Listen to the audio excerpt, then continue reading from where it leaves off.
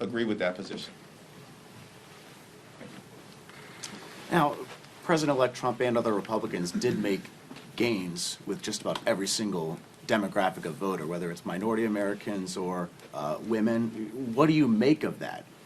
Yeah, we're still in the process of analyzing all of that, and we've got to do it in a state-by-state manner to fully understand the dynamics. Obviously, you have the battleground states, and you have a state like New York, which is a very interesting case study because Donald Trump did make electoral gains in New York City in many of the 5 boroughs, including most explicitly in parts of Queens and even in the South Bronx. At the same period of time, this year, Democrats flipped 4 Republican-held seats in New York State in the House of Representatives, and on Election Day, the same day that Donald Trump narrowed the margins at the presidential level, defeated 3, not 1, not 2, 3 Republican incumbents, and re-elected Tom Suozzi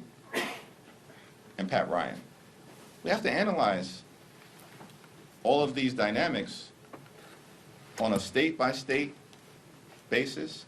We need to analyze it in the context of what happened in the House, what happened in the Senate, what happened at the presidential level. It's kind of extraordinary to me as well, and I congratulate Ruben Gallego and Alyssa Slotkin, 2 incredibly talented public servants, on their election to the United States Senate. We're very proud of them. I think to the point of your question, we also have to figure out that given the Trump earthquake, as has been described at the national level, that there were 7 battleground states, no statewide elections in Georgia, so you can remove Georgia from the equation. Issues in Pennsylvania that we've got to figure out what happened. But that leaves, I think by my count, 5 other battleground states. And in an election where Donald Trump won every single battleground state, Ruben Gallego was on his way to the United States Senate in Arizona. Alyssa Slotkin is on her way to the United States Senate in Michigan. Tammy Baldwin was re-elected to the United States Senate in Wisconsin. Jackie Rosen was re-elected to the United States Senate in Nevada. And every single statewide constitutional office in North Carolina will be held by a Democrat. Don Davis was re-elected in North Carolina.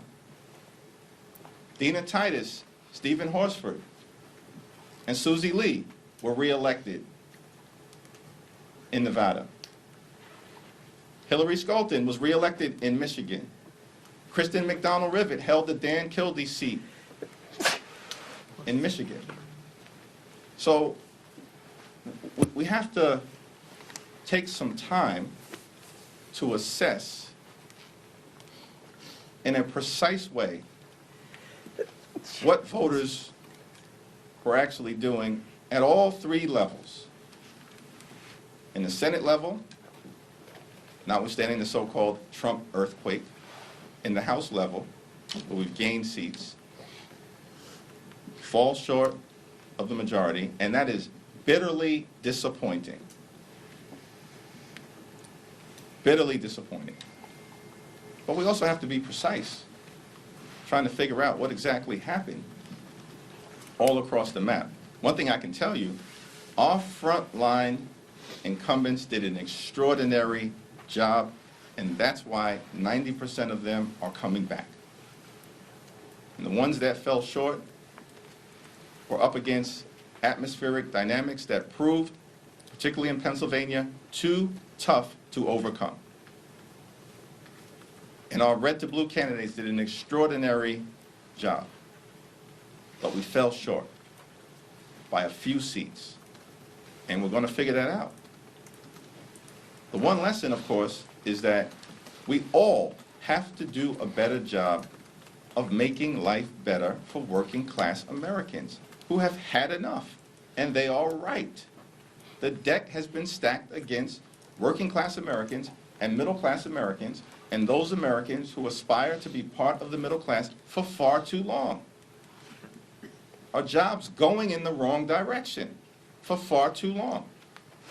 I'm thankful that President Biden and Vice President Harris got the CHIPS and Science Act over the finish line. That's why domestic manufacturing jobs are coming back to the United States of America. More of that, please.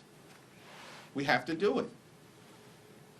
And we have to lower housing prices. Doesn't make any sense. It's not a New York City issue alone. It's not a San Francisco issue. It's not an LA issue. It's all across America. As I traveled to more than 30 states all across America, we got to do something about housing prices. Everyday Americans have had enough. They are correct. They are correct.